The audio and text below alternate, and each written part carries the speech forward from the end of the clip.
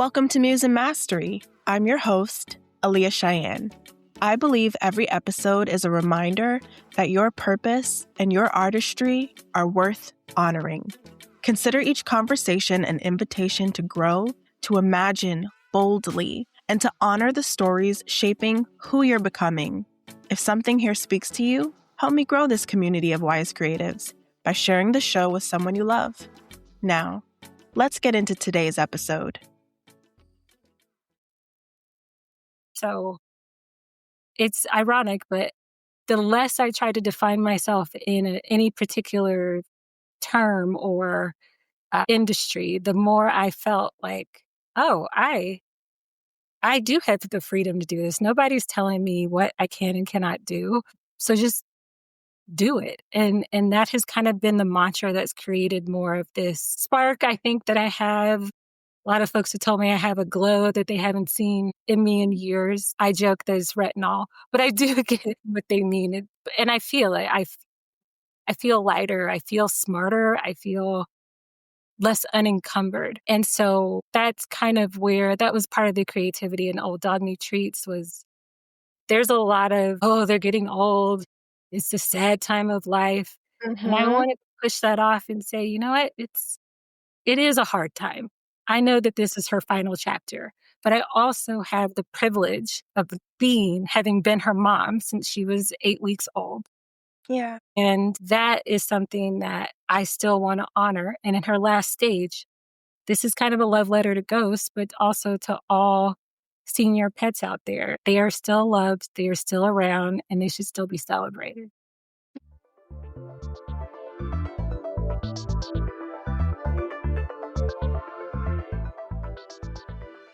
Hi, everyone. Welcome back to the show. Thank you so much for being here. And I'm so excited today to be joined by a very special guest, Tiana Patterson, Esquire. We cannot forget to put the Esquire on that because that's a big deal. Hi, Tiana. How are you? I'm good. How are you? I'm doing well. I'm super excited to be chatting with you today. I'm really looking forward to our conversation. Tiana is doing some really cool work, some really important work, some really cool things. We're going to be talking about not one, but two of her businesses. So before we jump into that, though, I wanted to share a little bit with our audience about how I know of you, Tiana, how I met you and our work. And we were just talking briefly about how in our past we worked at a national affordable housing nonprofit, and Tiana was on the Denver team, I was on the New York team, and we met a couple of times in the DC area at the company's DC office because of lobby days, policy days, and that's how I first met Tiana. But then I saw some really cool posts on LinkedIn recently of not one, but two of her businesses. And I said, okay, I have to reach out to her to see if I can get her on the show to see if we can talk more. So I'm really excited to jump into 12-point strategies and Old Dog New Treats. But before that, Tiana, I want to kick it over to you to share a little bit more about who you are in the world today and how you'd like to be known. Yeah. So simple question. For me, when I was thinking about that, it really came to, I want to be someone who feels content and happy and fulfilled. And that really is in the building of both of those businesses. I've really had to, confront some things about myself, people-pleasing tendencies, and a tendency to kind of dim my own light to make other people feel comfortable, particularly as a lawyer, a Black woman in Colorado, which is not the most diverse state in the world. And I realized I had really been making myself sick doing that all the time. The person that you see now is a person who lost 70 pounds, who reconnected with my husband of 15 years as the person I wanted to be. And even though all of this has been scary and we're going to dive into how sometimes insane I feel, ultimately, I don't regret one day of this. And I just feel like I'm a happy, content, calm, stronger person. And that's how I want to show up in the world.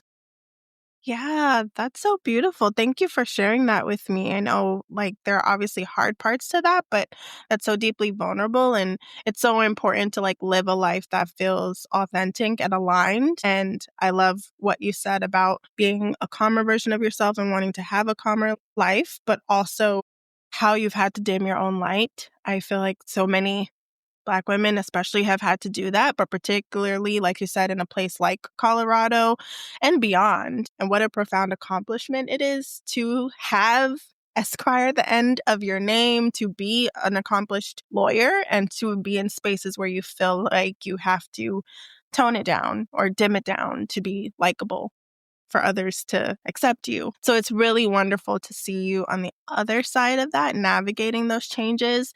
Congratulations on losing weight, 70 pounds down. That's a big thing. Thank I you. know it might be scary if it's like health related, but at the same time, there's so many people like me who are struggling with weight loss. So to hear that is just like, oh, that's very powerful. And I love that through doing this work, it has allowed you to reconnect with your husband, reinvigorate your marriage in some capacity too. And I'm really eager to jump into everything. So thank you for setting the stage for us so so wonderfully. But yeah, let's talk about everything. So I'm gonna try to make this flow as smoothly as possible, but I kind of want to start with old dog new treats just because I too am a dog mom. Mhm. I have a dog named Storm, so I'm really excited about like what kind of inspired you to create Old Dog New Treats. So I've seen a little bit about that backstory online on LinkedIn, but for people who are not familiar with Old Dog New Treats, who haven't heard your story before, can you share a little bit more about how it started? Yeah. I think anyone who knows me knows that I'm a pretty big dog mom myself. I wear that badge proudly. And for me, I have a 15-year-old dog named Ghostface. You probably heard about her back in the Enterprise days. I think I Hmm. heard about Storm. That sounds really familiar too. But, she's getting up there. She's past senior. She's actually geriatric at this point, Mm-hmm. which is really when your dog reaches 10 plus years. So after I decided to leave my job, I was kind of like, well, what do I do? At first, I was like, oh, I'll just do all these interviews. I'll get another job. And I didn't really want to. And my husband was just like, well, you've been talking about a dog treat company for 10 years. Why don't you try that? He's like, you make treats for our dogs. You care about them. You care about their nutrition. I definitely use my legal skills and research to make sure I'm giving my dogs the best. And so from that, I kind of started looking around. Dog treats are everywhere. Hmm. But what I didn't see were seniors. I didn't see senior treats that still celebrated how fun they are, how unique they are, but also had really functional ingredients. So I felt like a lot of senior stuff is kind of all about their ailments. Like, here's their joint, here's this, here's that, but not about like celebrating what it is we're giving them to make their lives better. I started looking at making two formulas. I have two formulas right now. I have six in the pipeline. Mm. And the first one is called Brain Boost, and it has lion's mane mushroom and turmeric to support brain health and focus. Tender Heart was inspired by Ghostface. She has a heart condition, and it has hawthorn berry and beetroot and taurine in it. All those things help circulation and help your heart beat stronger. I looked at human and canine peer reviewed studies about those ingredients, and I wasn't seeing them incorporated into treats. Again, they were an additional supplement you could buy or just something else you could buy for your dog. And I thought, wouldn't it be nice to know that I'm going to give them something anyway? And it has good ingredients in it and has functional ingredients in it. And so from there, I kind of just started experimenting in my kitchen. Well, my kitchen was a mess for quite a while, but I did it. But I really found a formula that worked. I wanted to make sure it was soft. I really was trying to think about every piece of a senior. Helped that I had this little girl at my feet all the time wanting to try and be my test taster. She is a very good one. And once I got her seal of approval, I was like, I think I have something. So I actually ate those treats myself. They're human grade. Mm, They taste like a Cliff Bar, kind of like a blander Cliff Bar. I have been okay. in Colorado for a long time. I'm like, what is that reference? Anyway, but they're soft, they're chewy. And actually, most importantly, in my research, I learned a lot of dog treats have sugar in them. Mhm. Cane sugar, molasses, honey. They'll dress it up however they want, but it's in there. And it's usually in the top 3 to 5 ingredients, which means there's quite a bit of it in there. So my thing was no added sugar in my treats. Mm. And I realized it was you got me started. I No, realized, go, go, go. the reason why sugar's in some of those treats is to make it soft. It's a texture thing. It also helps preserve them. But I was like, but it's not necessary. So I figured out a way to make the treats, keep them soft, make them shelf stable without adding any sugar in there. Yeah. Yeah. Wow. Like, there are so many, like, thoughtful elements to that, but also so many practical ones too that I think are really inspiring, and you're making me think about, like, look at my dog's treats and ingredients, and, like, she's a very picky girl, so I have to pick what she even likes to eat Mhm. anyway, but, as folks who listen to this show know, I spend way too much time on TikTok, but also the amount of it has that name for a reason. The amount of people I've seen who are coming out and talking about, like, how harmful certain foods and treats actually are for our dogs and how we need to be more mindful of the ingredients that are going into these products that we're buying for them. And you talking about all of the sugar that's in dog products makes me think about, like, human food too. There's so much unnecessary sugar in so much of our food as well. Like, it only makes sense that they're pumping our dog food up with sugar too. And it's interesting to me that you said all of your stuff is also human grade. So you've tested it as well. And I have a best friend who's also a dog owner. She's a Rottweiler and a Corgi. And I told her about these sweet potato treats that I get from my dog. She's like, why don't you just bake real sweet potato and give? I was like, sometimes I do like the potato skins and sweet potato, but she likes these like dried ones. She was like, would you eat it? I was like, "No, girl, it's dog treats." She's like, "Why would you give it to your dog if it's not, like, good enough for you to eat?" Mhm. And I was like, I don't have the budget to be out here giving my dog, like, these premium, some of the things I see online sometimes, like fresh steak and like whatever every day. But I can be more mindful about like making sure I'm picking healthier treats. And I love the ingredients that you listed for the treats that you're creating with Old Dog New Treats that are mindful of brain health and heart health, like knowing that Ghostface has a heart condition. That sort of thoughtfulness and mindfulness is really beautiful. But I also love that you're building in a lot of like practical needs for dogs and just this niche of like specifically senior dogs or what we would consider geriatric dogs and like their needs, because a lot of times people are focused on puppies or like younger dogs, and it's like, hello, we want them here as long as we can have them. Like, why don't we still care, and why aren't we thoughtful for that stage of life too? So I want to talk a little bit more about the creativity of this work, because like you said, your kitchen was a mess for a while, but I could imagine that experimenting and trying new things like brought out a little bit of a creative side that maybe you were tapped into, maybe you weren't. So I would love to talk a little bit more about what Old Dog New Treats has taught you about like creativity and entrepreneurship. Stay with us. We'll be right back. Hey, creative. If you've been craving a slower, more intentional way to check in with yourself, I want to share something close to my heart. I created a guided journal with writing prompts for growth and emotional wellness, designed to help you process, reflect, and reconnect with what's actually going on beneath the surface. It's gentle, honest, and meant to meet you right where you are.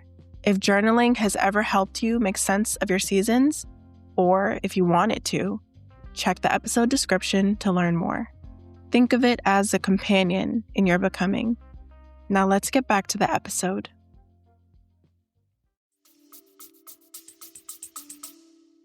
Yeah, those are great. First, I would say I encourage everyone to turn over their bag of treats and look at the ingredients. Not every treat brand has them, but more than I was expecting, and even premium ones Mhm. had them. And that is where I was like, huh, okay. I don't love this. So when it came to the creativity part though, it's funny, I never really considered myself a creative person, Mm. or maybe just creative in the context of like, what's a policy or what's a new way to look at something, but I never thought of myself as like a maker or an artist in that kind of sense. But what I started with was just, what would I like? What are the kind of treats I like to buy for my dogs, and what are kind of the base ingredients of it? So for me, it was like, well, I got to do oat flour because senior dogs have sensitive tummies. We all do as we get older. Oat flour is good. I don't really subscribe to like, you need to give your dog steak or human grade ingredients all the time. But I do think it's important that you be able to recognize the ingredient. And there is heart in what I was doing. So instead of trying to define myself as an artist or as, oh, I don't normally do this, I was trying to embrace a different label, which is, I care about something, I want to bring it into the world, and I want it to feel authentic and fun and like me and like Ghostface.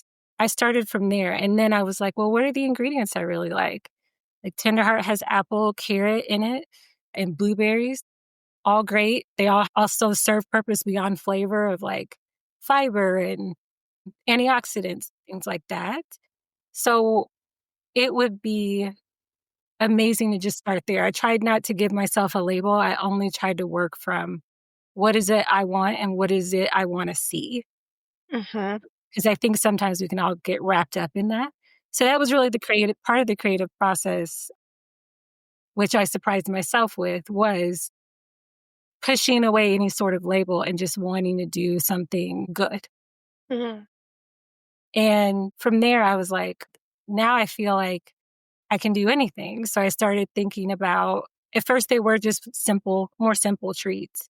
And then I started thinking about, like, oh, well, what if I added in these functional ingredients, the beetroot and all of that? As I was studying good ingredients, I started learning more about the dual benefits of food. And it was also informed by my own health journey, as I mentioned before, but food and medicine go together in my mind. And Yes. I wanted something that would serve that purpose, that would hopefully be gentle enough for most dogs to enjoy and consume, even if they're medically complex, like my little ghost face is. She's on a Yeah. lot of meds. Yeah. And that is what I was trying to go forward with. And once I kind of gave myself that permission, I found the ideas flowing. And then I started thinking about like lion's mane mushroom. And my next formula is it's a mobility treat, because a lot of people ask me about that. And I was like, well, I don't want to just do the glucosamine traditional thing.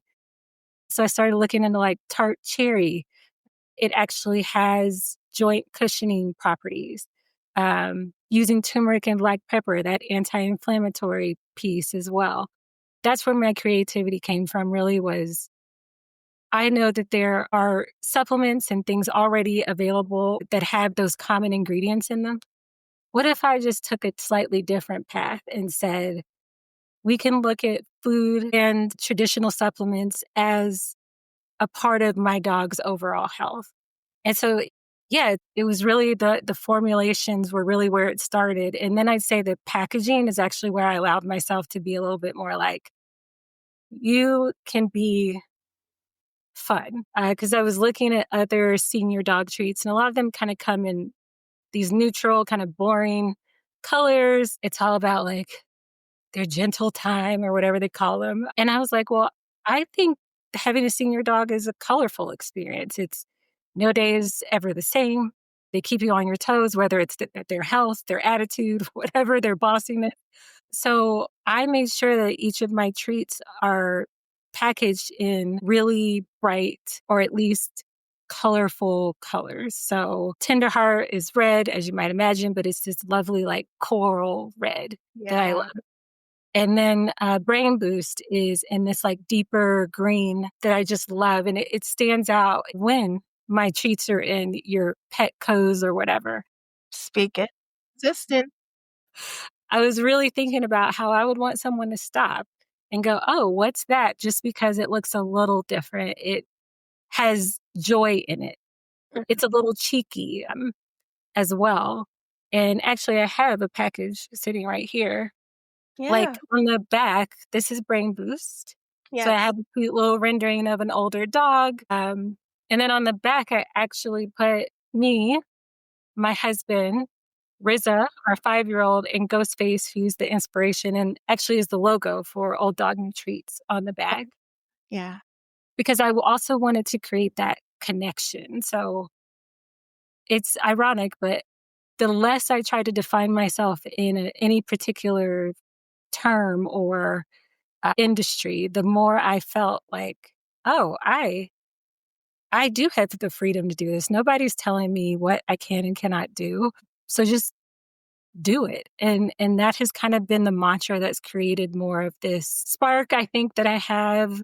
A lot of folks have told me I have a glow that they haven't seen in me in years. I joke that it's retinol, but I do get what they mean.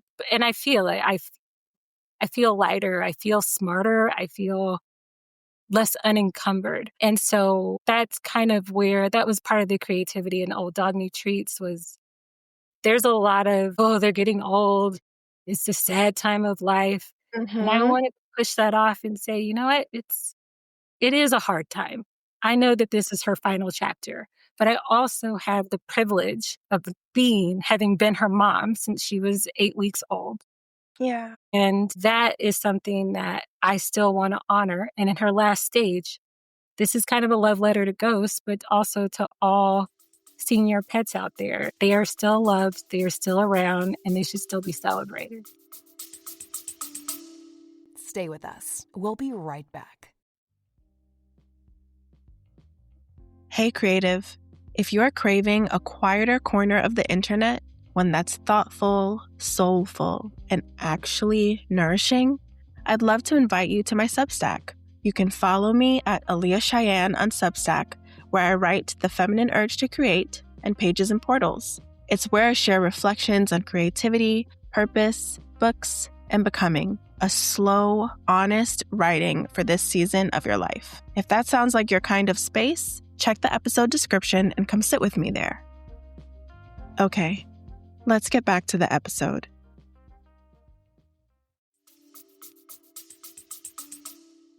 Yeah. Wow. Why am I getting emotional? That's so sweet. I'm just like, especially in this era where like so many of us are so chronically online, you see everything. And there are a lot of people sharing really sad aspects of that stage. And it kind of gives a lot of people, especially me, like anticipatory grief. And I'm just like, why am I like getting caught up in that? Like, instead of just enjoying the time I have like with her and enjoying her now. And I love the way you framed Old Dog New Treats as a love letter to Ghostface. Like, I feel like that's so powerful and so profound, and what a beautiful way to like honor her life and to still be pouring into her and like, treating her in such a wonderful way, like from the liveliness and youthfulness of the packaging to the nutrient rich ingredients that you're putting into the treats themselves to just the mission behind it. And I know I'll be looking out and I'll be very excited to see your brand in the pet stores. I can't wait to be able to order it off Chewy.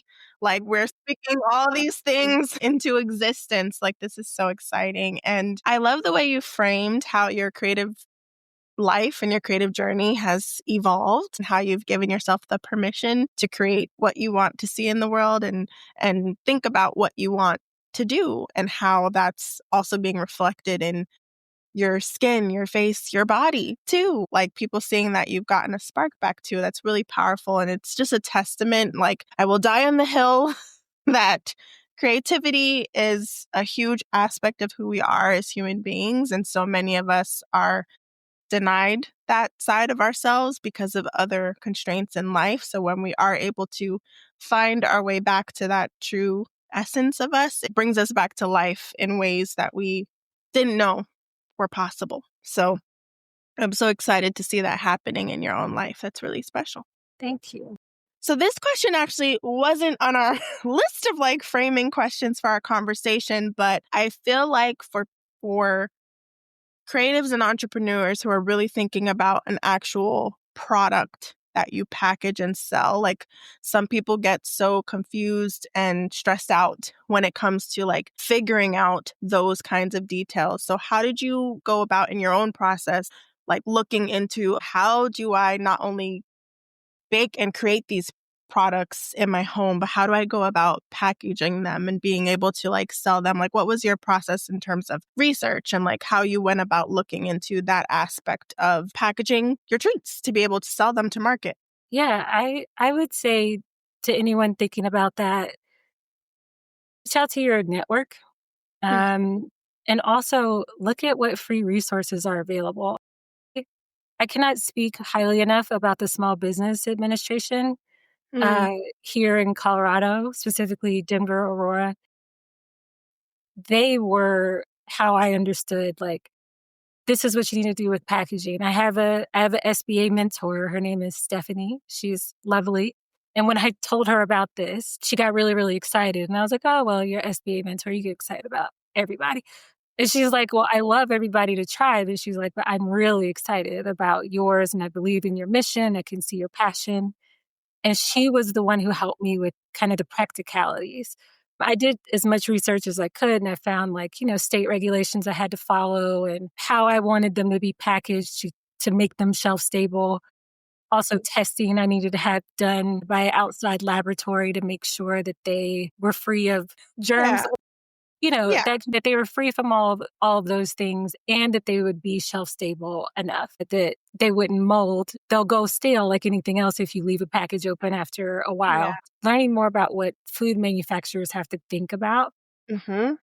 She was really helpful in getting me to not only her, but the SBA librarians, which I didn't even know there were those folks. I also connected with the marketing at SBA, and they gave me tips and tricks. I also met with an accountant who told me how to set up my books and how I needed to be structuring things to ensure that I would be solvent and not spend all my money in idiotic ways, right? Yeah. So that is really something I would say is I think a lot of us, I would say in particular Black women, I love us, but we have a tendency to try to figure it all out by ourselves Yeah. or think that we have to. I'm as guilty of that as anyone. But eventually you get to a point where it's confusing. You don't actually understand what's the difference between this and that. And it's not a treatise on your intelligence. It is kind of a bell that you need to go reach out and talk to someone. And whether it's SBA, I also sent out an email to a network, a Leadership Denver. I did that program. I know a lot of different folks from different industries there. As soon as they found out about Old Dog Me Treats, they were like, oh, well, here's a good place to look for insurance. Here's a good bookkeeper I know. These are all a lot of them are very successful business owners. And even they didn't come to my mind first. I was like, oh, I don't want to burden these folks. But once I put it out there, the folks that are willing to pour back into you are amazing. Right. And so that was really, I feel like a lot of this was a lesson in like getting over yourself and kind of Mhm. embracing your uh, limitations so you know when to go reach out to someone. Like I did my own books for a while. Then things started getting really complicated. So I found a bookkeeper. Like I'm not in a level that I need like a CFO, right? But these expenses, what's business, what's not, who helps categorize all that so I don't get in trouble with the IRS. Mhm. That is a level where I was like, okay, I've reached a point where it would make sense to go ahead and pay this monthly fee for someone to do this for me, particularly because I hate that the most as well. So if Yeah. there are things you don't want to do, someone else will do them. Mhm. And so it was those types of things that really gave me the space to then think about like, oh, packaging, oh, regulation, oh, I need this license or that thing or this other thing, which at first felt overwhelming. But then it was really, really clear, particularly once I moved these other things that were just causing me stress out of my mind. Yeah. Yeah, that's so powerful. I love what you said about it was a lesson in kind of like getting over yourself because I agree with you. Like, as Black women, we do struggle with asking for help. And it never ceases to amaze me when we say we reach out to our networks and we share what we're doing, how many people are willing to like pour back and support. And it reminds me of something I keep hearing more and more is that, you know, people who know what it's been like to build something from the ground up will never look down on the next person trying to do the same thing. If anything, they want to help pull you up in whatever way they can, whether that's like putting you onto a connection, giving you some helpful advice, maybe investing in you, whatever the case may be. Like, they want to help. And I think that's so important and so true. And I love what you said, even bringing it back to the Small Business Administration, because every state has that. Like, for my fellow New Yorkers, if you're listening and you want to start something, check it out here too. But like, every state has that. That's like a great place to start. So I think that's really great advice. So thank you for sharing that. And I'm glad that you have a mentor and you've been able to put things in place to continue supporting you. I'm also a firm believer of outsourcing what you can when you can, especially the things you don't want to do. So even down to the bookkeeping, like, that's such an important thing, but it's so tedious to master. So if you can find the right person to support you in that capacity, a CPA, a bookkeeper, whatever, an accountant, if you can do it, get them because it saves you a lot of stress. So that was so good. So thank you for sharing that. Okay, so this is not going to be the smoothest transition ever. And I know we'll come back to old dog, new treats. But one reason why I was definitely like, okay, we have to talk is because I saw that you were juggling not one new business, but two ventures. And I'm just sitting here like, oh, when does my good sis sleep? Please share with us a little bit more about 12-point strategies. So I kind of want to talk about the duality of having like a product based business, which we talked about with Old Dog New Streets, but now you also have this element that's like a service consulting based business. And I want to talk a little bit more about like what was the drive to start that? Like, how did you also end up developing this business too? Yeah. Well, 12-point strategies was a little bit easier than Old Dog New Treats because I was just like, well, people pay for this. They pay for lawyers, they pay for policy experts. Mhm. Stay with us. We'll be right back. Hey, creative. If you love a good deal, and let's be real, most of us do in this economy, consider this your friendly reminder. I've tucked a bunch of discounts and referral rewards into my Linktree, including free meals and savings with HelloFresh, plus a few other favorites I actually use. If you've been thinking about making life a little easier, trying something new, or just saving where you can, now's a great time. Check the episode description to snag a discount, grab a code, and treat yourself while the deals are still dealing. Now, let's get back to the episode.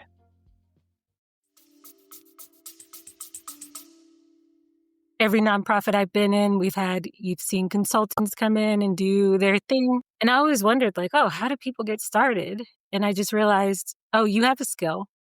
Mm-hmm. People see that you have that skill and they'll hire you. And so for me, I initially thought of 12 points as a way to invest into Old Dog New Treats, right? Just practicality wise. Yeah.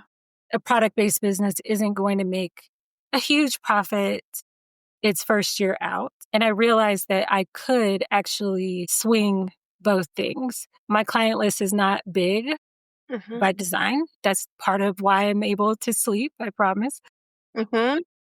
And it's very, very specific. So I knew I didn't want to be someone's lawyer, Yeah. but I did know, because that's like a 24/7 job, quite Mm-hmm. frankly, particularly if you're a big law lawyer, like a lot of my friends are from law school. They're always answering emails and calls and that kind of stuff. And that was kind of an environment that I came from, that I got burnt out from, that I did not want to impose on myself. So I reached out again to my network, just saying, here's something I'm doing now.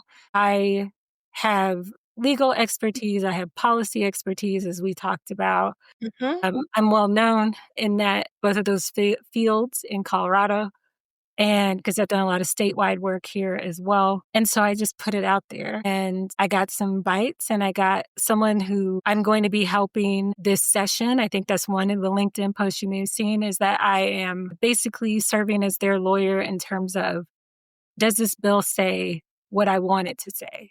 Mhm. And what is the precedent of doing this? What does a home rule mean in terms of this bill I want to push?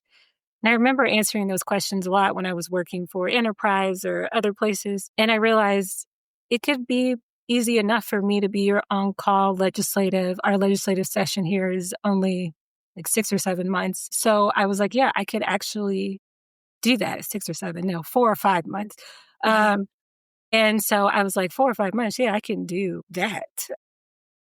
And once I put it out there, they were like, oh, this is exactly what I've been wanting. And tell me about this bill. Tell me, like, and it's not just reading bills, it's also vetting ideas like, could rent control happen in Colorado? What would the pitfalls be? What would we have to watch out for? Mhm. And I was like, I can do this. I can talk. I can still help organizations that I believe in their mission, but I don't have to be available all the time. And I can Yes. do it for this very specific purpose. And I can use probably my favorite part of policy, right, was digging in, figuring out where the loopholes were, figuring out how to circumvent what feels like impossible political situations or precedences, right? And you connect with that, people connected with me with that. And that was amazing. And I got to bring in all of my skills. And another client I'm going to help with a major fundraising campaign they're going to do. Yeah. I realized I really had to take like inventory of the things I consider to be skills, or I Mhm. had to admit that they were skills, not just like what you do when you're in a nonprofit, but actually knowing how to talk the talk in the rooms with the big donors and how to convey your mission, but in a way that connects with someone wanting to invest in your organization is not Mm. always, it's not something that's taught to every executive director, right? Right. I find that a lot of folks come from a certain world, and then when you're the ED, you already talk the talk and walk the walk, and you have that credibility. Mhm. But if you're coming from a different place, or maybe just you've just been bootstrapping your organization, and now you're at a place where you need that legacy investment. If you don't know how to talk to the largest foundations around, they'll think, "Oh, that's nice," but they're not gonna get the connection of how they're going to help you achieve your mission. So once I realized that too, I was like, "Oh, that I have written those grants. I have talked to program officers and grant managers and all of that and gotten helped organizations get that." Yeah, actually, and I enjoyed that too. So I'm really being very selective. I'm just working with things that feel interesting or exciting for me.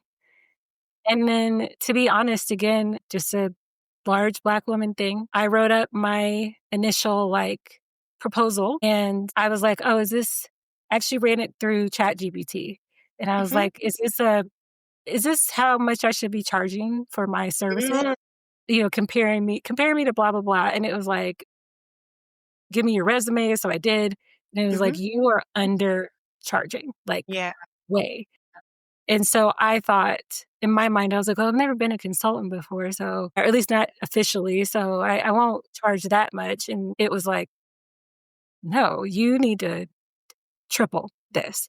Yeah. And so the first time I put out that larger hourly rate, I expected people to be like, what are you talking about? Oh, and blinked an eye, right? Yeah.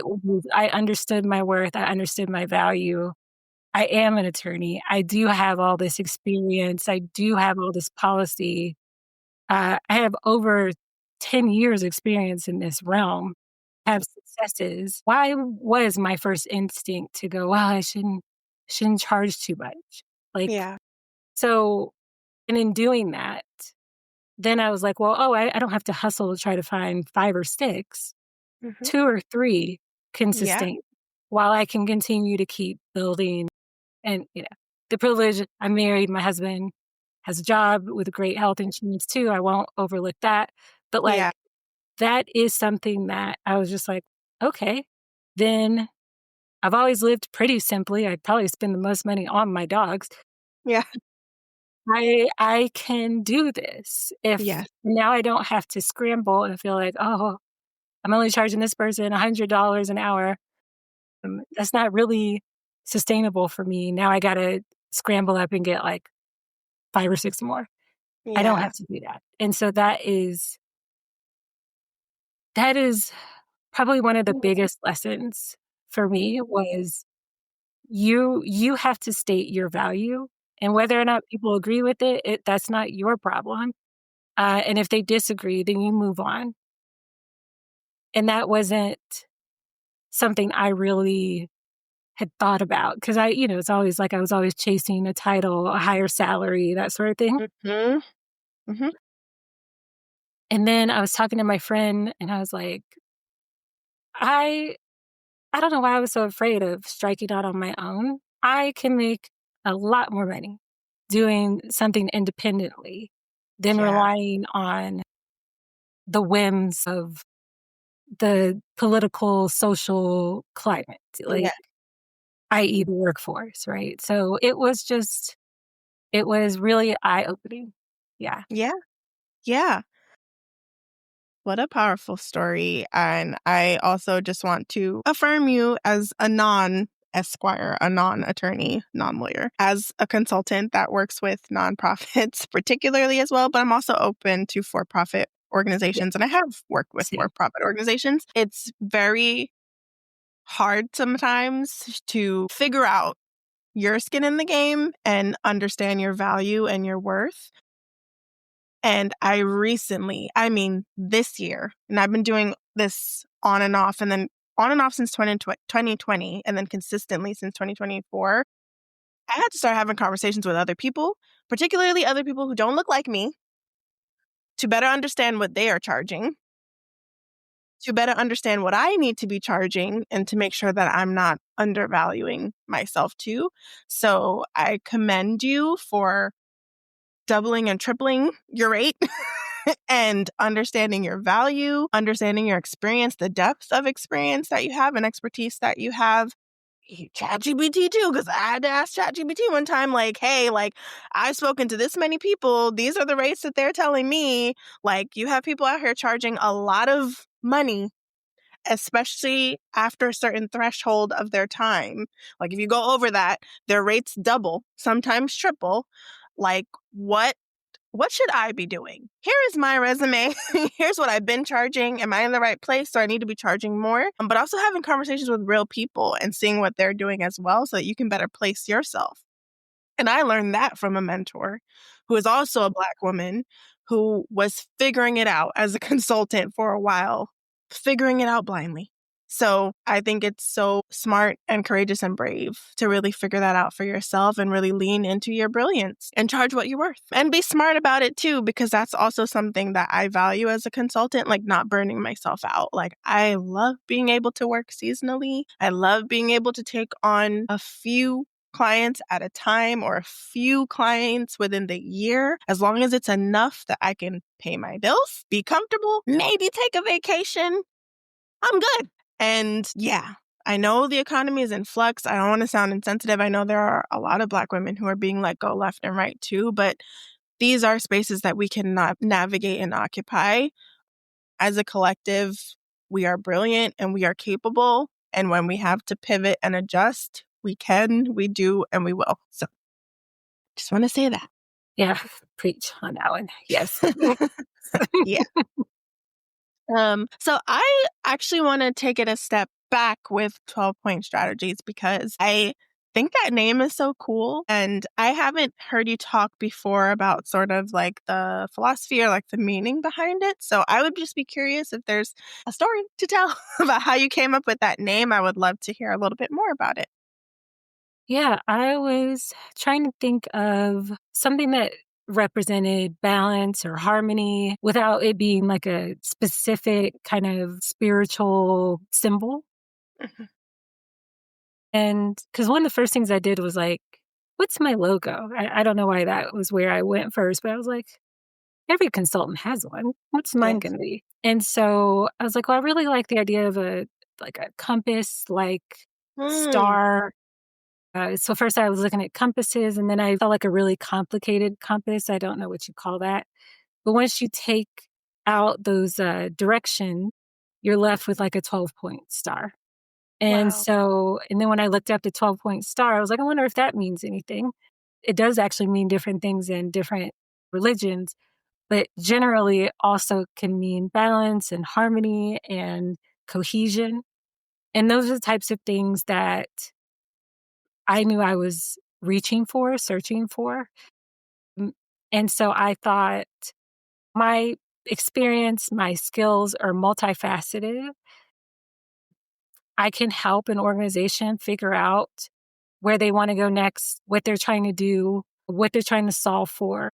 And then it's just like a little thought experiment. I tried to see if I could fill out each one of the points of the star with a skill that I have, and I realized I could. So my logo is really small on LinkedIn, but on my website, I believe you can see that it says like housing, law, policy, legislation. I'm not going to go through all 12, but Yes. those were those were things that I was like, not only does the core of it represent what I'm seeking, these points are literally things I can point to as skills, or maybe as you could also see it as like directions that you want to go for. Do you want to go the legal route? Do you want to do a legislative advocacy? Do you want to do community engagement?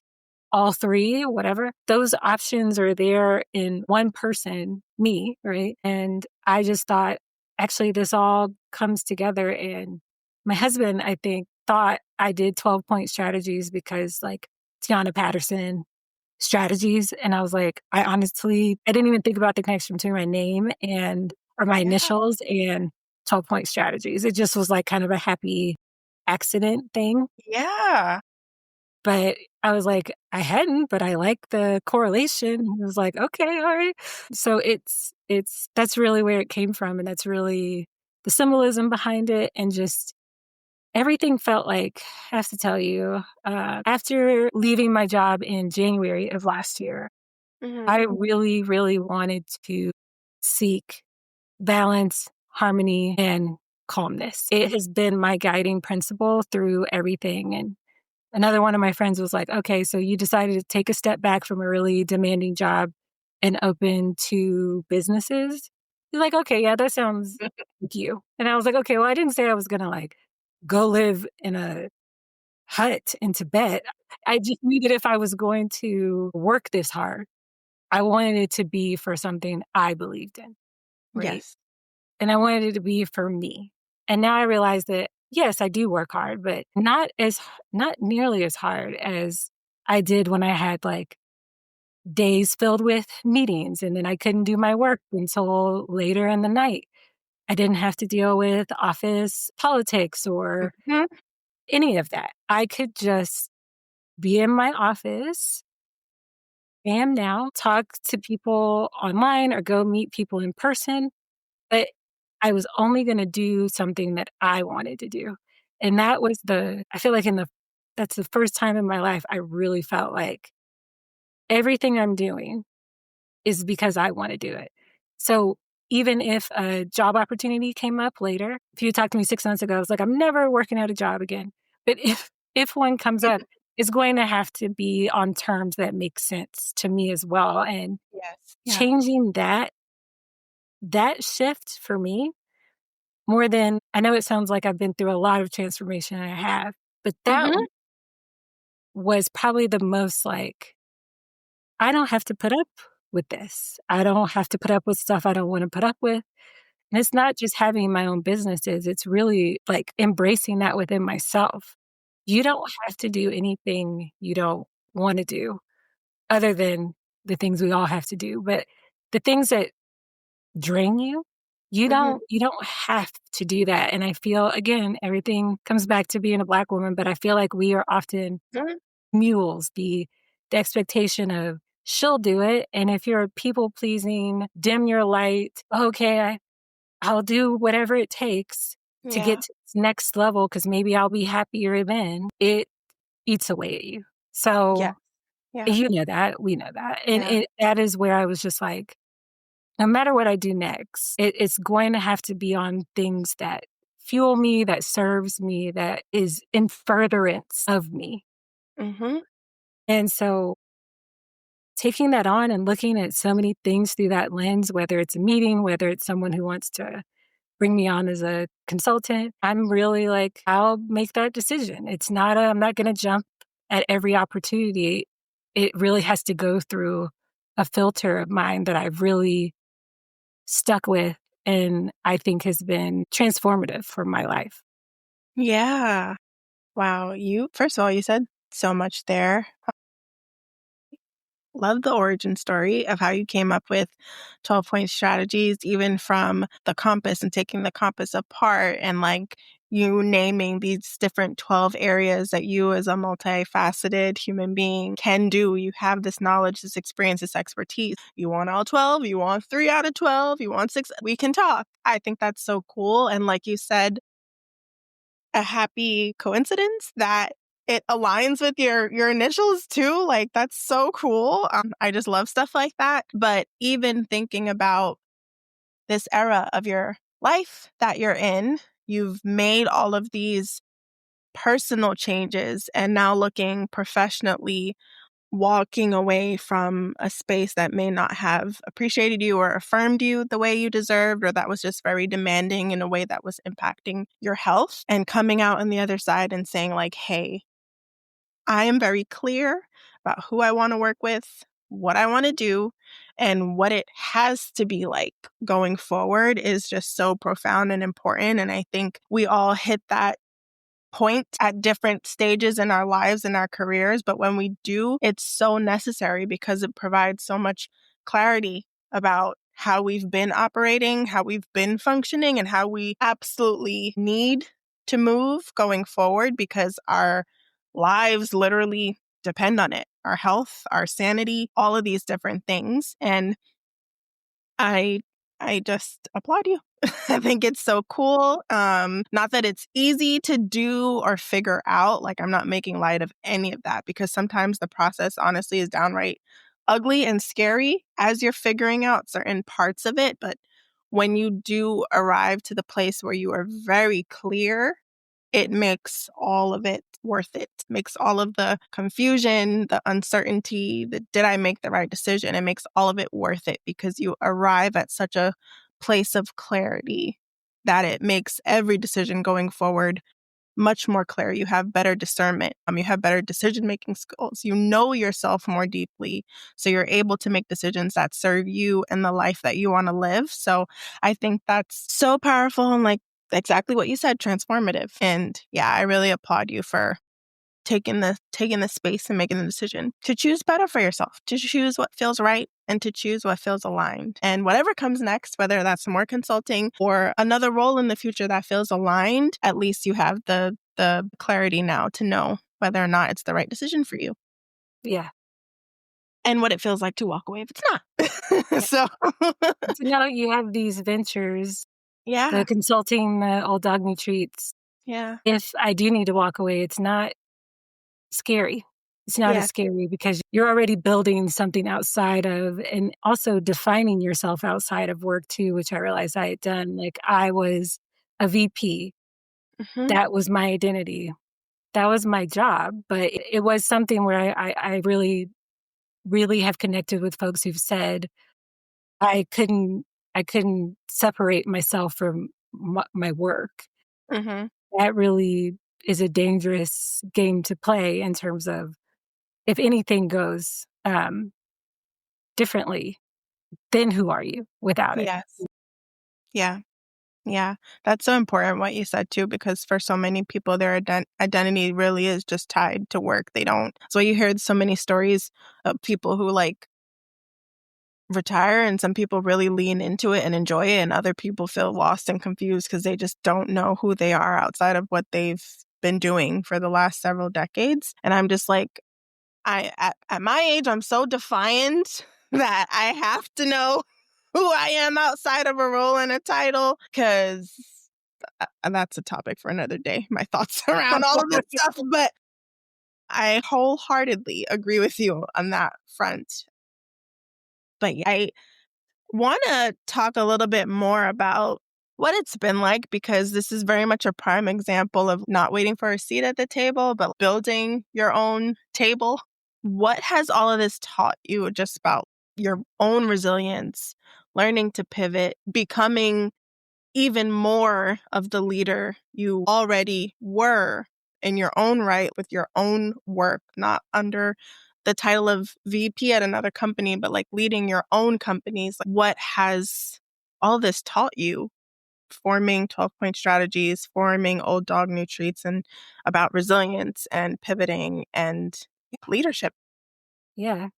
I'd say it goes back to something I said earlier, which is really first how important it is to get over yourself.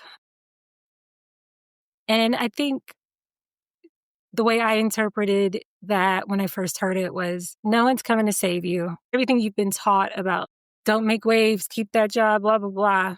Uh, Hmm. okay, but now you've made a different decision. What's next? Yeah. And so it really was for me like, I think with every job interview I panically did after or in those first few months of me leaving, and every interview I was like, kind of bombing this, and I'm usually pretty good at these things, but I think it's because I don't want this job. Nothing against these people, nothing against this organization, but I don't actually want to do this. And even though the natural step for me was a lot of like ED roles or deputy director or high level positions, managing director or whatever, I thought those are all the titles I want, but I keep sitting in these interviews and even getting to final rounds and being like, I don't want this. That was the first question was, what do I want? And Yeah. then if that is what I want, then I have to get out of my own way and do it because nobody else is going to do this. And if that is the the decision I'm making and the path I'm deciding to go down, then I can't be as rigid, I can't be as perfectionist as I admittedly am. Hmm. Experimenting in my kitchen, making those messes, realizing, the formula was off or it wasn't working what I was doing and finally being like, okay, time to let that go just because it was how you thought it was going to be. Not anymore. Do something different. That felt like getting over myself. There was no one I was trying to perform for or show that I was the good worker bee to. I was just trying to show or prove to myself that I was capable of this. Yes. And if that was the only bar that I was working towards, as opposed to what will people think or what will people in my industry who know I'm doing this think, that none of that matters. So becoming your own cheerleader, I think is wrapped up in being able to pivot, being able to kind of shake off mistakes or I wish I hadn't done that moments. I'll say it's no small feat. I had the privilege of having savings, so I Yes. self-funding old dog new treats. Yeah. That was a lesson in like, sometimes you're gonna waste your own money, your own time. That sucks. But okay, no big deal. You learned your lesson and you won't do it again. It felt a lot like reparenting myself, if that makes Wow. sense. I think many of us have old school moms. Mine is just you go to work, you do this, on time is late, you get to work 5 minutes, blah, all that stuff. And I did all that. And I achieved all the education I was supposed to get. And I had the Esquire after my name. Hmm. And then when I was like, kind of just looking around and being like, but is this it? Is this what my life is? Yeah. I was like, it can't be. It shouldn't be. So, really, also, then after making a decision of what I want, yes, I'm going to invest in this because I believe in myself. Probably the hardest part, which is what I think I opened with, was that inventory of what do you need to just shed and what Mhm. you need to like build up and cultivate so that you are a woman who is doing this and you're not waiting for another shoe to drop. You're not waiting for someone to swoop in and fix it all for you. You're doing this. You are a CEO. You own your own consulting business. Those are titles, wonderful, but what are you doing to get it done? That is where I was like, I gotta shed this stuff, this need for a gold star, this need for someone for me to know that a Validation. person thinks that I am important. Mhm. You know this work. You're by yourself quite a bit. Mhm. There is no one else who's going to tell you to get out of bed, Mhm. your desk, and do what you need to do other than you. So if that's it, then I had to find my own motivation. I had to find my own passion. I mean, I had it, but I had to find my own reason beyond old reasons I had, which were industry respect or admiration of my peers or whatever. Uh, and I don't know if you've noticed this, but the more I've embraced all of this, the more I'm seeing how hard it is for other people to root for you when you do something out of the norm, like start a dog Yeah. treat, right? Like the Yeah. consulting thing, folks were like, yeah, that makes sense, but old dog new treats. And I was like, Yeah. this is, and you're not doing that. I loved your questions. I was like, she gets it. She gets that this was a dual purpose thing for me. Yes. But it was interesting how many folks who I didn't think would go radio silent did, Yeah. and how awkward they would feel when I would just be happy and just not be willing to kind of get down in the muck and the mud of stuff. I was just like, well, that sounds hard, but what else are you doing? Right. And then the conversation would kind of fizzle because they're wanting to vent for 45 minutes. And I'm like, you can, but what else is going on? Yeah. Yeah. And when you realize that a lot of other folks are still kind of married to that ideal or that idea of work, maybe kids, sleep. Yeah. I don't judge, I'm not better than, but I just Mhm. realized it wasn't a place I ever wanted to be again because I Yeah. heard the sadness, the misery, I Mhm. felt it, and I was like, "You gotta do something for yourself," and I could see the looks of like, "Well, it's easy for you to say." I was actually, it wasn't. I questioned myself from January Yeah. to October. Am I crazy? Is Mhm. this But now it moved from like, should I be doing this to I'm actually doing this. And, Yeah. I went to puppy events because Colorado is a state that loves dogs. Mhm. I sold out of my treats. What? Wow. You know what I Wow. mean? Like, so Yeah. there was that kind of stuff that was like, you're not only doing it, you're thriving in it, and Mhm. feels like the universe is saying, keep going. Yeah. Or got to keep going. But it's not an it's by no means an easy path, and I think the the crux of it for me is you still have to check in. You can't assume anything. You have to be willing to think really far forward, but also stay present. And fear is normal, but it shouldn't be your main driver. And I feel like before my main driver was, well, I don't want this to happen, right? So I won't do this. But now I'm like, that might happen. And if it does, I can figure it out. It's not about like being naive, right? It's just about being realistic of I can do it. I have done it. And if something goes wrong, I can probably figure out a way to resolve it, right? And that hasn't been my mindset for probably since I was really young. I remember feeling this light and like audacious when I was like Mhm. late Mhm. teens, early 20s, and then life happened, law school. kicked my butt, and I don't know. And then I just became so focused on, well, this is my path now. This is what I have to do. Uh, that I didn't even notice how much sicker I was getting, how much heavier I was getting, and how much less like myself I was becoming. I was becoming really high strung. I was really irritable all the time. I thought it Yeah. was perimenopause because I'm over 40, but part of it is, but it's not just that, right? Yeah. I had strayed pretty far from myself, and I think I reached a point where I had no choice but to take a huge step back and decide what I actually wanted to do next. Yeah. Yeah. Yeah.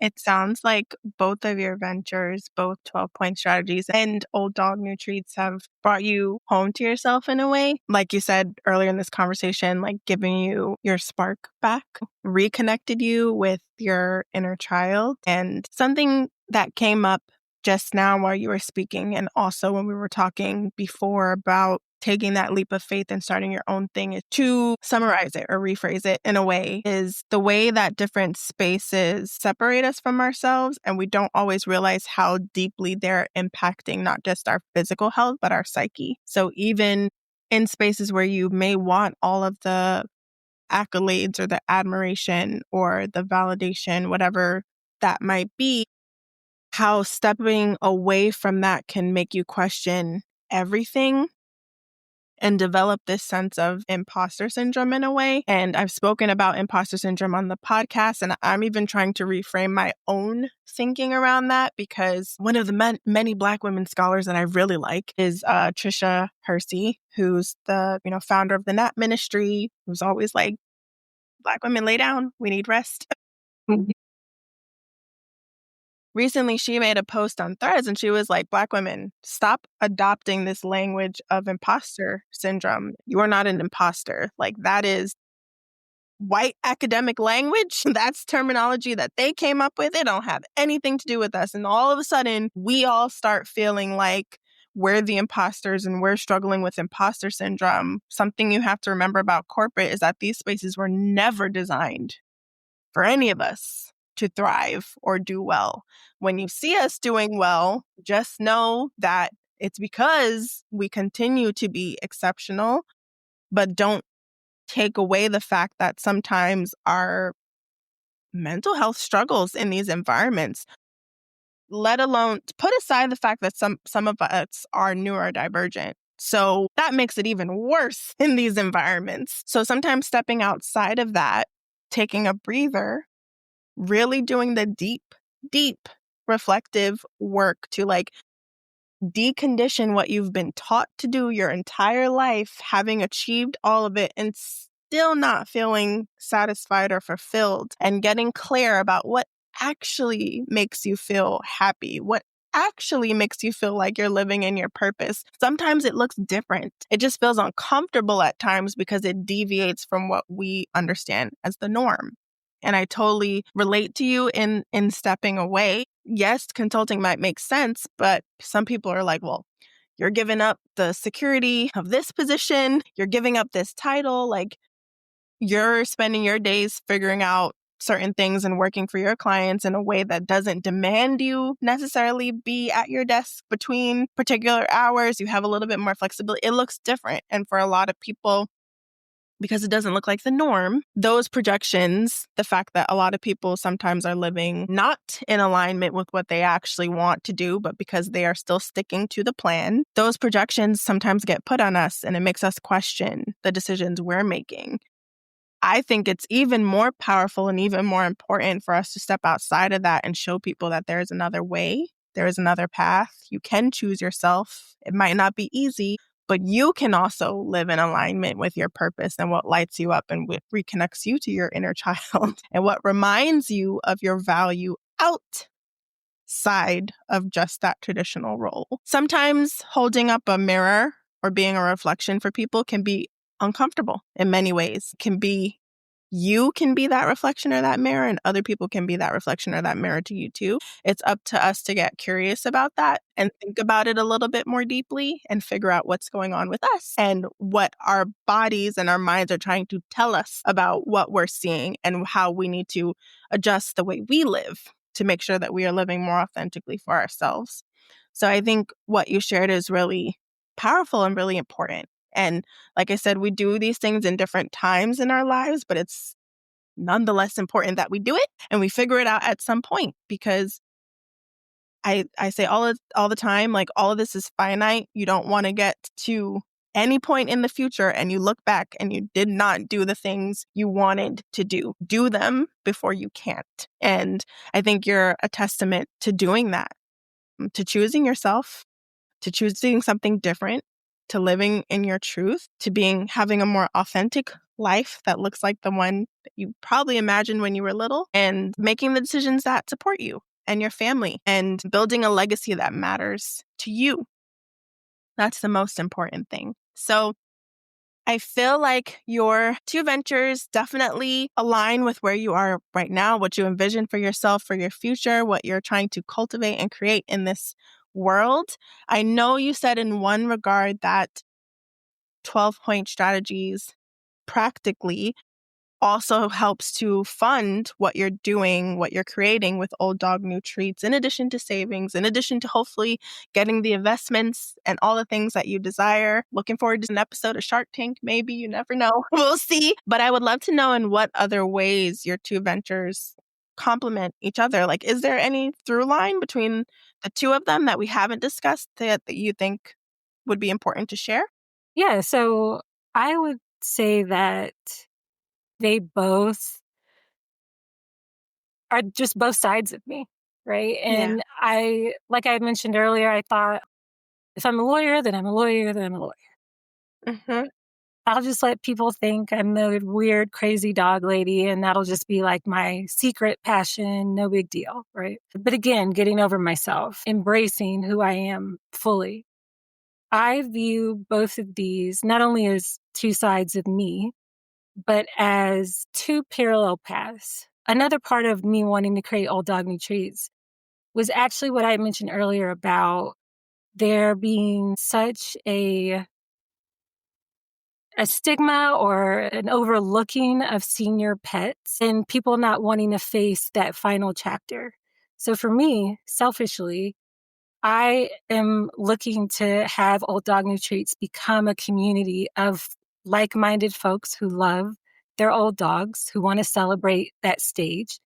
But then honestly, that support of you've had something for, it doesn't matter if it's been 5 years, a year, 10 plus years, that little being in your house is your family member. And it is something that you willingly brought into your home that you know is their life is going to end before yours does, more than likely. Right. And so that I think is a testament to the love we have for our pets, Mm-hmm. the strength it takes to actually be a pet owner. And so I did it, yes, as a love letter to ghosts, but also a love letter to those of us who understand this is an amazing chapter. It's a difficult one, and it's one that I feel really honored to have. And so I have her, and I also have a 5-year-old. And I told Bill, my husband, that when Ghostface, reaches the end of her life, I'm probably going to want to adopt almost right away. And not Mm. as a replacement for her, because there could never be a replacement, Yeah. just because I have so much love. I want to give it to other puppies like her, right? And so when I think about that, and I thought about why I started doing 12-point strategies, yes, the practicality, it's always easy to talk about the practicality, but it Mm-hmm. was also because there are so many folks who don't have access to someone like me. It is mainly why most of my clients are nonprofits that are serving organizations and people of color. Yes. And it was that same, like, there's a community here. There's a privilege, and I feel honored to be a part of this ecosystem of yours that I can help your organization reach that next level. So for me, that kind of continuity of I'm passionate about this, I care about this, and I want a community within this. That is where those two intersect, I should Yeah. say. And it's great to just kind of be a part of an organization's life for a little while, watch them get their policy wins, reach their fundraising goals, know that I was a part of it, and that I'll always be a part of their legacy in some way. And then I can step out and go help another organization. The same way I feel that honor, that privilege, that community of being a pet mom, a dog Mhm. mom. Mhm. Honestly, even embracing the dog mom thing, because people Mhm. get so bent out of shape when you define yourself as a mom in that way. Again, that was me getting over myself, getting over those Yeah. notions that people want to bestow upon you. I Yeah. know I'm not a human mom. I Mhm. didn't want to be a mom of humans, Same girl. Same girl. but I still have a love to give. I still Yeah. have a connection with animals, in particular with dogs. I grew up with them that I wouldn't Mhm. trade for anything. Mhm. But I'm not comparing our motherhoods. But I do think owner doesn't encompass what I do for Yeah. my pups. Yes. Being a Yeah. lawyer isn't all I am. I'm not just a consultant either. You probably know Yeah. this.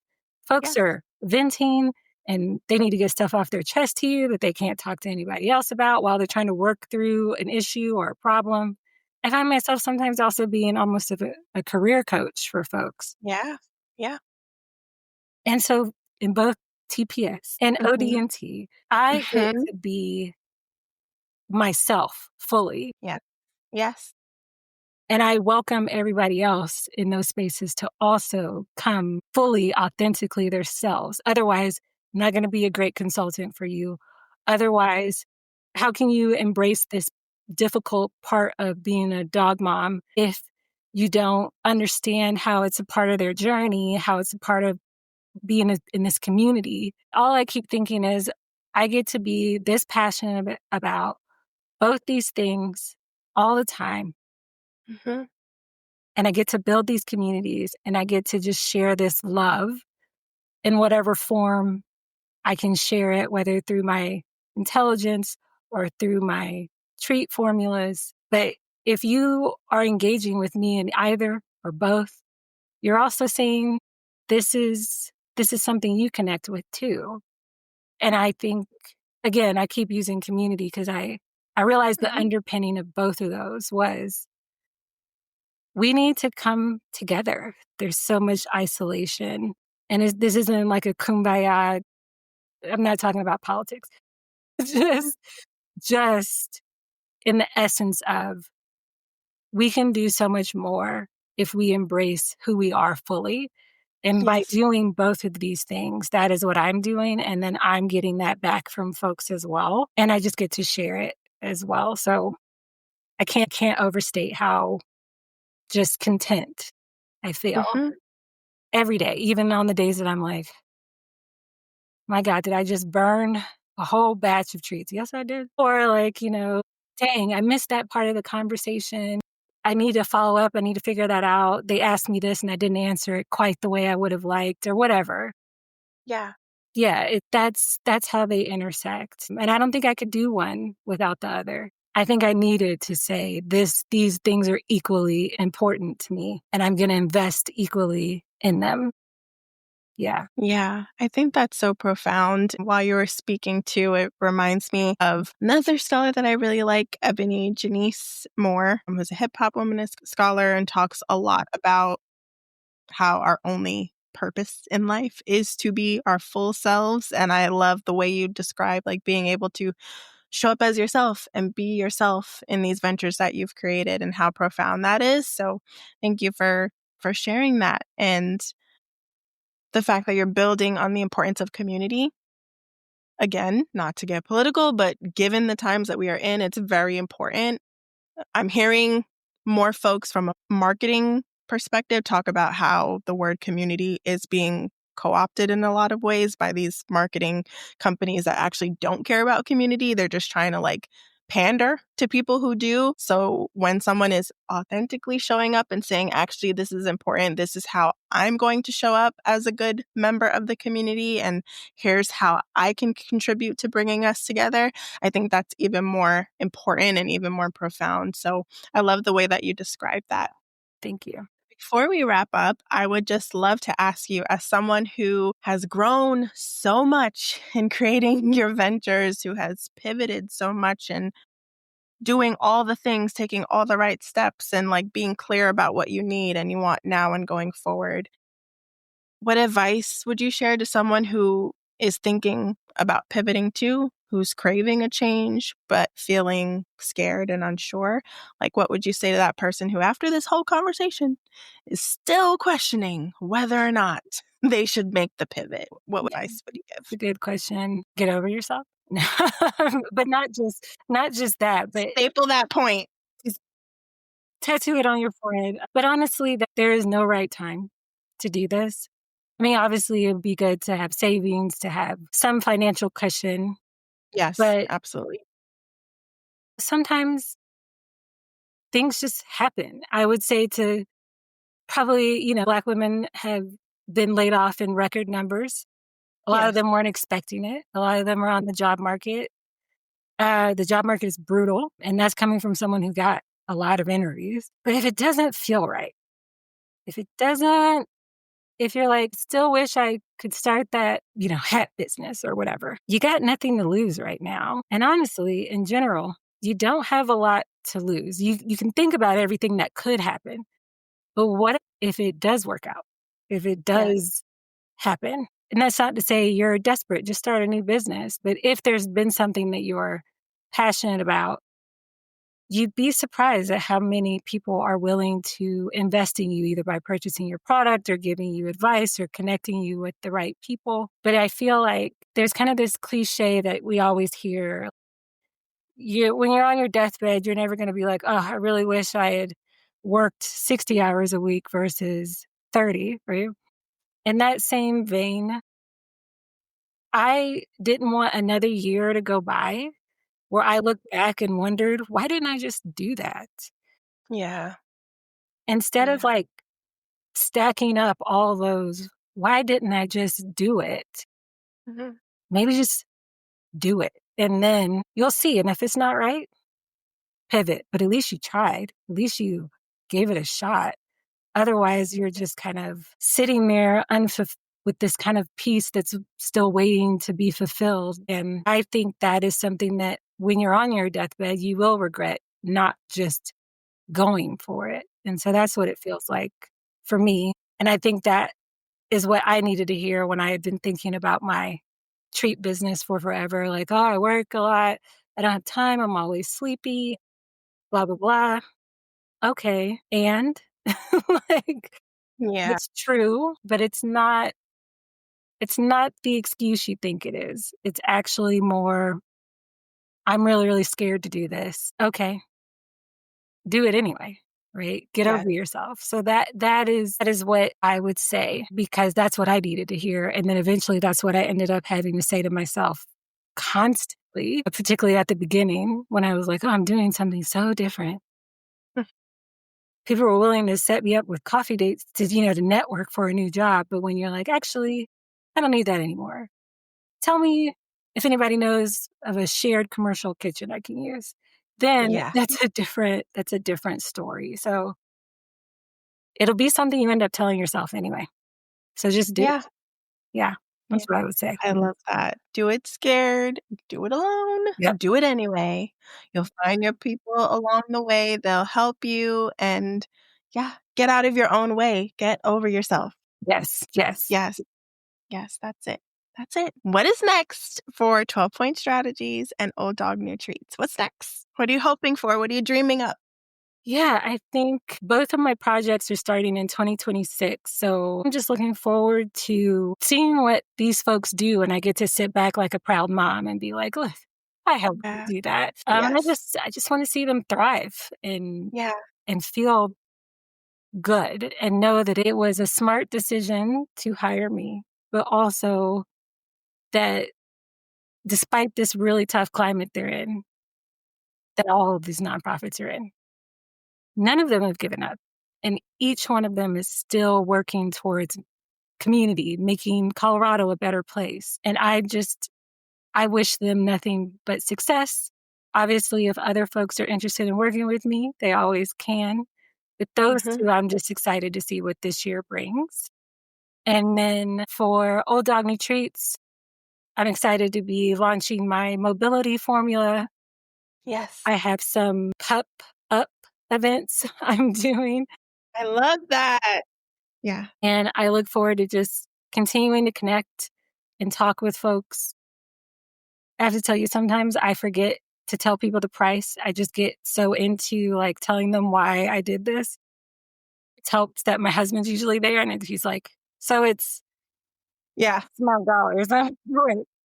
That's right. Because sometimes it's these moments that you never even dreamed of that can be really impactful. So it kind of goes into the last question too, but when I'm talking with someone about Old Dog New Treats, like when I've done at these pop-up events, and I watch them nod and reach into their purse or their wallet because they're about to buy it, that moment for me, I'm always like in awe, like, Yeah.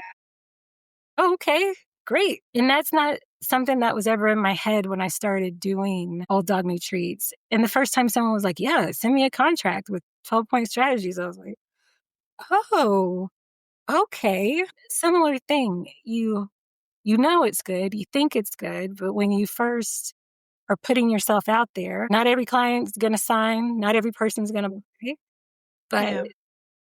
when they do, when you watch them connect with you in either form, it is so I don't know how to describe it other than validating, but not like in a gold star sort of way, just more like I am being 100% myself right now. We are connecting on that, and you are literally investing your money Yes. in me, in my ideas. Mhm. I can't describe it. There's no feeling like it. Yeah. And I think if that's a feeling that someone would like to feel, they should give it a shot. Yeah. I love that. It's being seen, it's deeply affirming. Yes, deeply affirming. Thank you. That's what Yeah. like there's something in there. But yeah. Yeah. And just, like, being valued for what you know to be true and, like, having that moment of, like, someone else recognizing that in you too. Like, Yeah. it's I get it. I Yeah. I get love you. it. Yeah. What is keeping you grounded in this season of your life? Good question.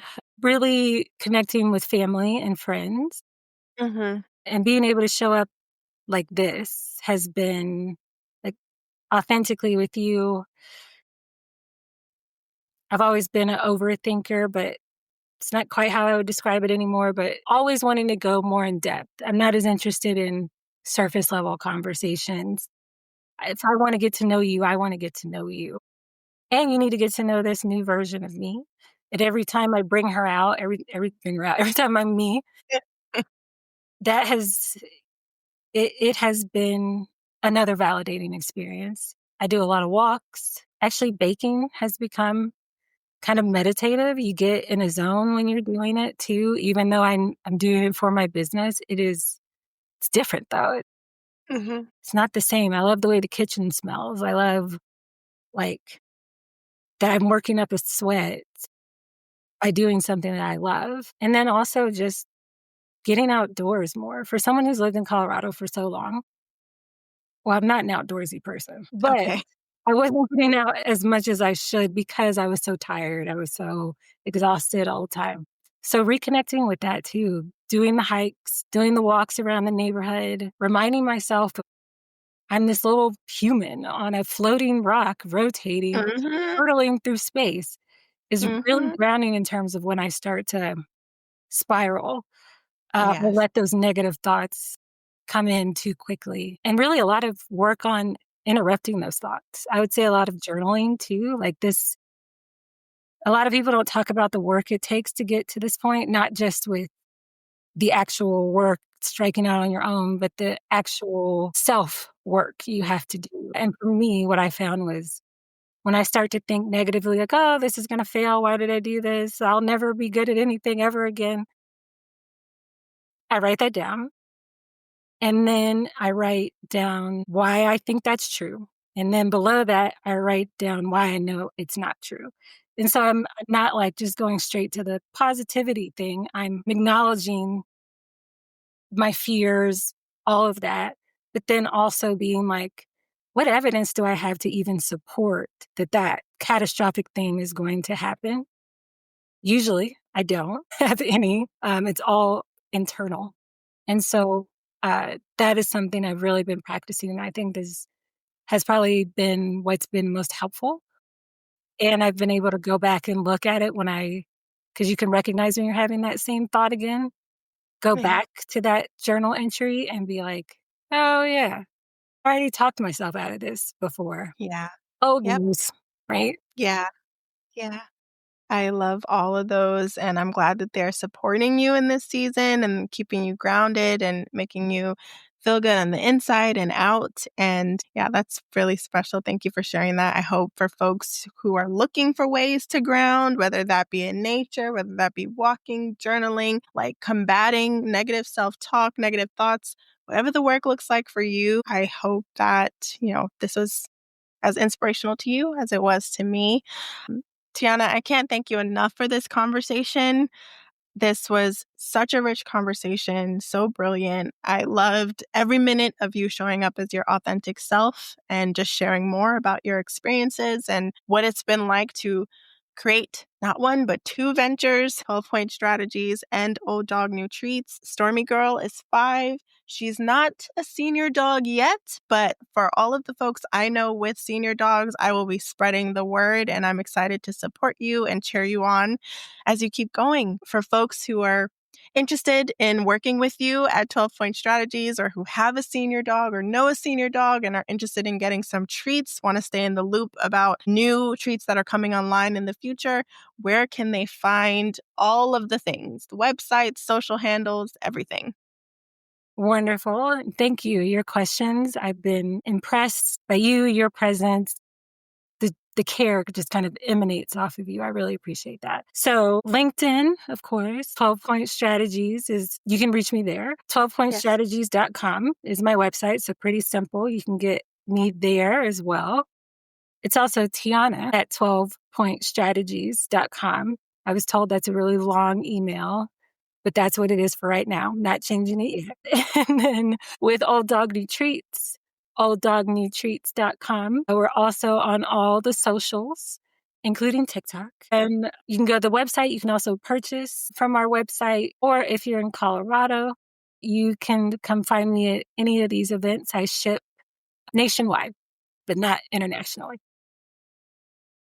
Yes, we're speaking all the things into existence. Thank you so much for sharing that. I will make sure all of those are linked in the show notes, in the episode description, so that folks can find it easily. And thank you again. This was just such a beautiful conversation. And yes, I'm excited to keep watching you grow and thrive. Thank you. Thank you. Thank you for tuning in to this episode of Muse and Mastery. I hope this conversation felt like nourishment for your creative spirit. If you enjoyed the episode, share it, leave a 5-star rating and a written review, and pass it along to someone who needs it. Let me know what you're taking away from this episode, from your reflections to any questions, by sending a text or a voice note to the show, and I'll respond in a future episode. Your support keeps the space alive and growing. Until next time, creative, keep showing up for your creativity with purpose, devotion, and audacity.